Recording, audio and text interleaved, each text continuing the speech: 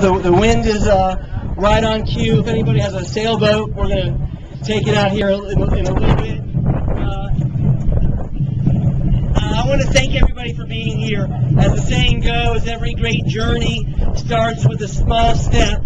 And as I look out in this crowd and see so many friends and supporters and advocates of our community and the river project that people have been working on for generations, my heart is very full, and I want to thank each and every one of you for being here. This day is the culmination of a lot of work that was led by a number of people who are here, including the Chamber of Commerce, the City of Tulsa, the County of Tulsa, representative delegation, the surrounding communities of our region, coming together really exactly like you'd like to see it happen.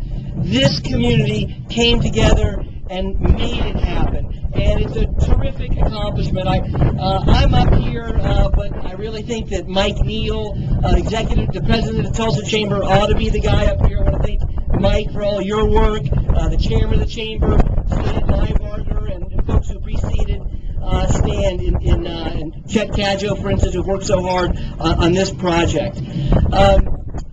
As we all know, the river is a vital part of our community. The first Native Americans created the council oak tree in the early 1800s. In 1848, the first trading post, the Perryman Trading Post, was at 31st and Riverside. The Red Fork oil discovery was 4 miles away to the west. They created that bridge around the early 1900s. It's probably the same bridge, but the bridge to connect east and west Tulsa got this community rolling. So it started here.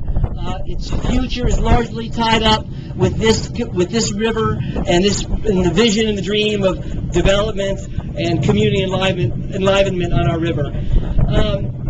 The chamber's been very active at the legislature. Gearing up for this session, we communicated closely. We got some early cues from our state treasurer about the possibility of a bond issue. We worked with House and Senate leadership. The governor proposed a bond issue that the chamber supported all three components of, for roads and bridges, for the endowed chairs for higher education, and for important economic development, including the low water dams, which will go here in Tulsa, in Sand Springs, and Jinx. It couldn't have been done any better as far as the help we received at every step of the way. Without further ado, I want to recognize and ask to come to the podium and speak our chief executive of our state, our second-term governor, a friend of Tulsa, and a leader for our state that we respect greatly, and we're so appreciative that you're here today. Oh, and, well, we tried to get Kim to speak, but...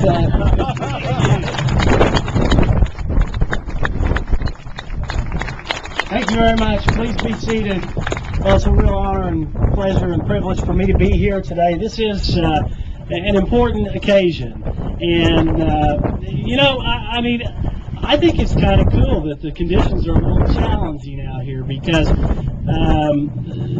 development of the Arkansas River and Tulsa County has always been a little bit challenging, but so critically important to our future. I think this gives certainly a new meaning to Oklahoma, where the wind comes sweeping down the plains. And as I look out, I don't think I've ever seen this many people in one crowd having a bad hair day. But so what? I'm having a bad hair day too. This really is exciting. And I'm here today, of course, to sign Senate Bill 1374, which is part of a $475 million bond package to invest in critical needs in Oklahoma: roads and bridges, endowed chairs, dam repair and construction throughout the state of Oklahoma, and our great world-class Native American Cultural Center. You know, this really couldn't have happened, I don't think, without a lot of people. And I certainly want to thank Mayor Taylor, who couldn't be here today.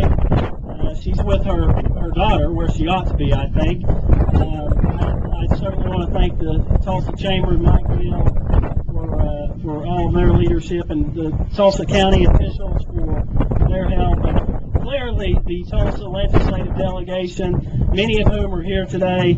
Thank you for your hard work, and special thanks to Speaker Chris Bench, who's been a great leader, stable, calming force in the legislature. And Chris has certainly represented the city of Tulsa and the county of Tulsa very well at the state legislature, and you ought to be very proud of him. Well, I just came here to sign a bill, but it's kind of fun standing up here in this wind, holding on, trying not to blow away. But I know we've got a whole lot of other speakers to speak before we do the bill signing. I want to thank all of you who came out today. All of you obviously played an important role in this, but one final thought from me, and that is that the development of the Arkansas River really is a critical project, not just to Tulsa and Tulsa County, but to the entire state of Oklahoma. And it's critical from an economic development standpoint as well as a quality of life standpoint. And I want to thank all of you who have had the vision to develop this river, and the dollars included in the package that I'm going to sign today is $25 million, which will go for improvements to the Tulsa Zinc Dam, as well as to construct two low water dams in Jinx and Sand Springs, and certainly some bank stabilization. It will be matched, it's my understanding, with 2-to-1 federal dollars. So it's a great investment in Tulsa County and a better investment in Oklahoma, because, as I always say, what's good for Tulsa is good for Oklahoma. God bless you all. I'm glad to be here.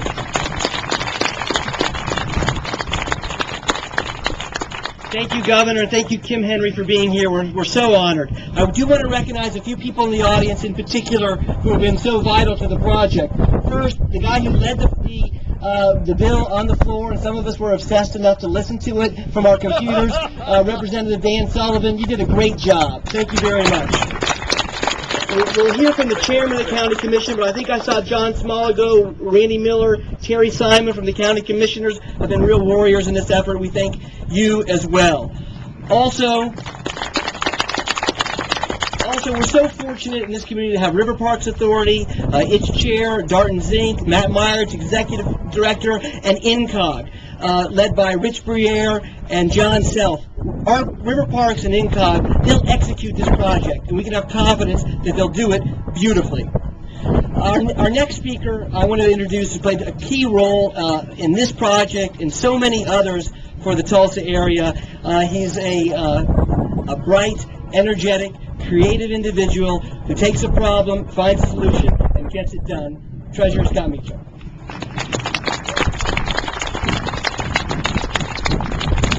Thank you very much. This is an exciting day for Tulsa, and indeed an exciting day for all of Oklahoma. It's very impressive to me to see the turnout we have, especially under these somewhat challenging weather conditions that we have today. So thank you all so much for coming out today.